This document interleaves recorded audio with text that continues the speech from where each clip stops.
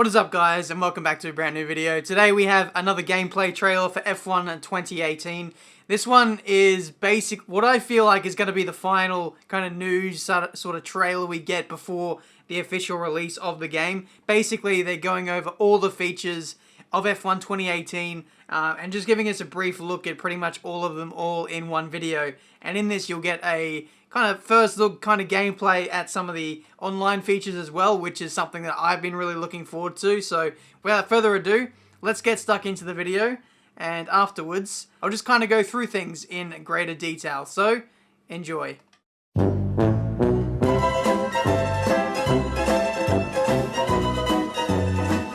So there it is, guys, the trailer for F1 2018, the features trailer as Codemasters are calling it in this press release.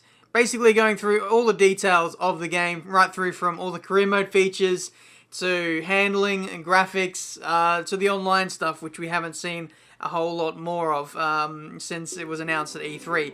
So one thing that they didn't show in this trailer, it was very brief and they didn't really touch upon it too much, but it's in the press release that they've given me, is they've actually made some improvements to the graphics, and I just thought I'd touch on this first before we get into some of the more exciting stuff. But basically, this game now has environmental mist, heat haze, track mirage effects, engine heat haze, and off racing line dirt kick-up, which brings it even closer to the real sport, which is quite interesting. Console, you'll get that to some degree, or well, you should get that, but I feel like if you have a high-end PC, then you'll really see the effects of that come through in your game. So I'm just going to go play through the video right now, just try and pick up some of the more finer details we haven't really talked about all too much, or they just went into very briefly in this video. So the first kind of details that I saw initially was the time pressured interviews, which we've talked about in the past. We get our first look at Brendan Lee, who is a character we can now choose in the game now. He, of course, was the 2017 F1 Esports champion. You can now drive as him. You've now got audio names for career mode now, so essentially, if you're like on the grid or something and Crofty is reading out everyone's placings, you'll now have either your nickname or your real name read out if you can choose that. Unfortunately for me, it doesn't read out my name. I think you can choose Day, which is, I think Day, which is in FIFA games, and again is in F1. So again, yeah, can't choose my last name, which was a bit disappointing. But we go through the video, we get a brief look at contracts, switching teams mid-season, which you can do now. You can now essentially apply to other teams within the sport. I believe you have 3 opportunities to do so over the course of the season. It all depends on your reputation, how well you've been driving over the course of the season, and they take other factors into it, as well as your rookie or veteran status, how much experience you've got in the game, sportsmanship versus showmanship, which we've seen talked a little bit about over the course of this build up to the new game. Essentially, you can either be one of 2 extremes. You can be in the middle as well of sportsmanship and showmanship, and certain teams have traits to their own way of going about things. So Red Bull, for example, is showmanship. They want someone who is a bit like Daniel Ricciardo, a bit of a showman, someone who likes to show off, is a bit out there, whereas someone who's a sportsman is someone who's a bit more reserved, likes to play things a little bit more safe, likes to think of the team a little bit more. So I initially think of someone like Valtteri Bottas for something like that. And depending on if you're a showman or if you're a sportsman, you will be attracted by other teams based on where you stand on that kind of performance bar, shall we say. As well as that, we have perks for career mode. So essentially, you'll build that up over time like we did on F1 2017. And things like pit stop times can be reduced, first driver status, little bonuses here and there. You can get faster resource point bonuses. There's 3 different levels there, as you can see in the trailer. Little things like that, which have been expanded upon in this game. But now, when you switch to a new team, you'll obviously get new perks. So you'll have to weigh out whether you want a faster car with possibly worse perks, or to stay in the car that you're in and have those better benefits of being in an established team that you're already at. Moving on to rivals, you can now see we can actually choose our rival as opposed to it being assigned for us. So if we're in the Sauber, for example, we can now choose someone who is maybe closer to our performance level. So say maybe a McLaren or something. If we are overperforming, normally in the past you would be given like a ridiculously hard rival to beat. Now you can choose a realistic rival for yourself, and of course you'll get better bonuses for beating higher placed rivals. But you know, if you then fail against those higher placed rivals and you set your targets too high, then you'll look pretty silly in the career mode standing. Team specific trees, from what I've been told, each team in career mode now has a different looking tree. So this is just to stop you from exploiting the fastest route possible to getting the best car. So essentially now you don't know where the ultimate or major upgrades are coming. The R&D tree is pretty much blacked out for most of the season until you just unlock further and further. So you don't know whether you're going down a dead end or essentially if you're heading towards a jackpot of a ultimate upgrade. You just don't know until you kind of tread that path on your own. Something I've noticed though in a lot of these just trailer videos is the amount of resource points we get as a player is ridiculously high. You can see in this one it's 1,950, but in others I've seen like 90,000 odd resource points. And I've seen like the upgrade cost for some of these parts is relatively cheaper than F1 2017 from what I can see. So I don't know if this is just a spectacle for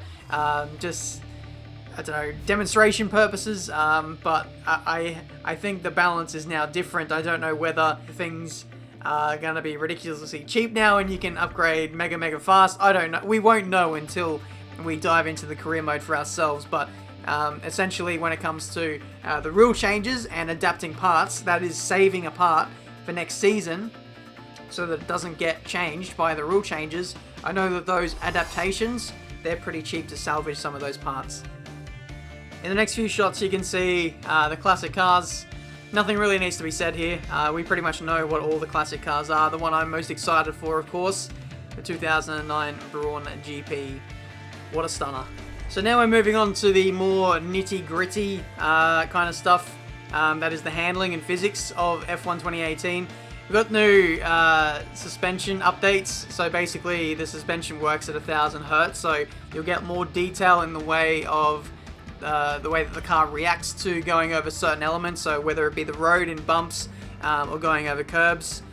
You'll certainly feel that rattle a whole lot more now, and it's a lot more realistic when you go over certain curbs.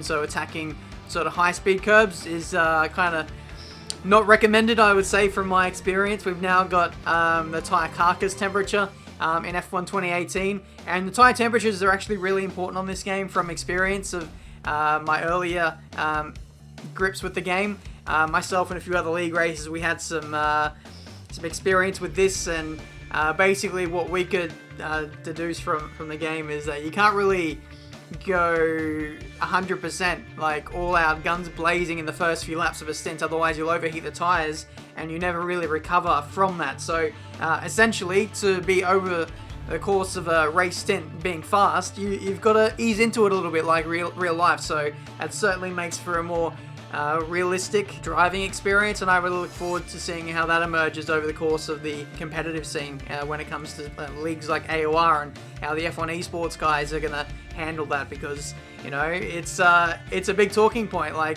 do you push in the first few laps, try and gain a few positions, but then you're going to start falling back towards the end of the stint or even halfway through the stint because your tires have just been punished far too much? But we'll see. Maybe setups can help, but certainly an interesting addition to the game, that's for sure. But now we're going to move on to the part that I'm most excited about, the multiplayer super license.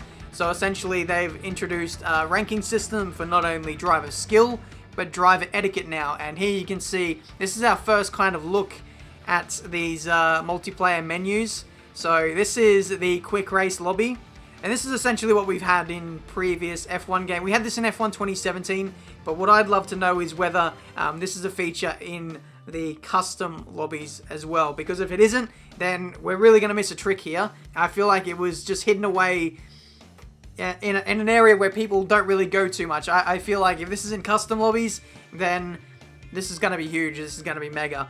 But you can see the driver's level down the middle there, 50 being the highest level, and I believe you can almost like prestige. You go from bronze to silver to gold. A couple of people there are silver, the rest are all bronze. On the left-hand side, you've got your license level, so I believe the starting level is D. Don't quote me on that. But you go all the way up the ranks until you get to S, which is your super license. So a way to make drivers drive a little bit more cleanly, not take each other out, and just take it a bit more seriously, just to make the overall experience a lot better for everyone involved. Because nothing is more frustrating than being taken out by someone who's just not taking it seriously, or just straight lines a chicane or whatever. You can now filter out those bad drivers and get rid of them essentially. But we're going to move on to the next screen. You can see this is a greater look at some of the stats that are in, and this as well was in F1 2017, which is good to see. You've got wins, podium finishes, top 50% finishes, all those stats, and then at the bottom you've got your XP. So it's a bit of a grind to get all the way to rank 50. I haven't even done it myself on F1 2017, and I've put quite a few hours into the quick race mode of the online side, but not as much as I'd like, because there's not really a mainstream side of online, if that makes sense. So from memory, I got to like level, I don't know, 27, and I didn't even prestige once.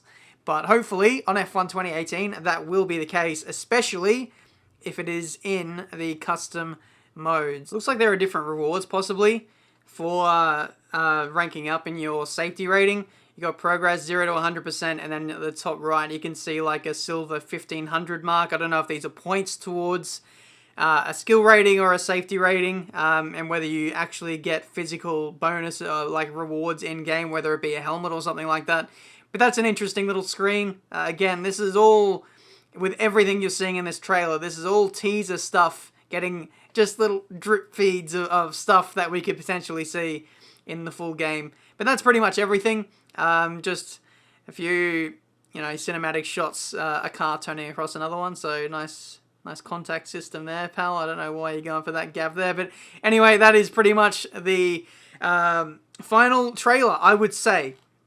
99% sure this is the last kind of features, gameplay trailer we will get from Codemasters before F1 2018. We'll get a launch trailer, of course, but by then, who really cares? You've already got the game. It's go time. You're playing the game by then. But guys, thank you so much for watching. Leave a like if you enjoyed. If there's anything I potentially missed in this trailer, be sure to let me know. I probably did. I only did kind of skim over most of the features, but by this point, you guys pretty much know everything that is in F1 2018. All that is left to do now is play the darn thing. I can't wait. Only a couple of more weeks now. Get hyped.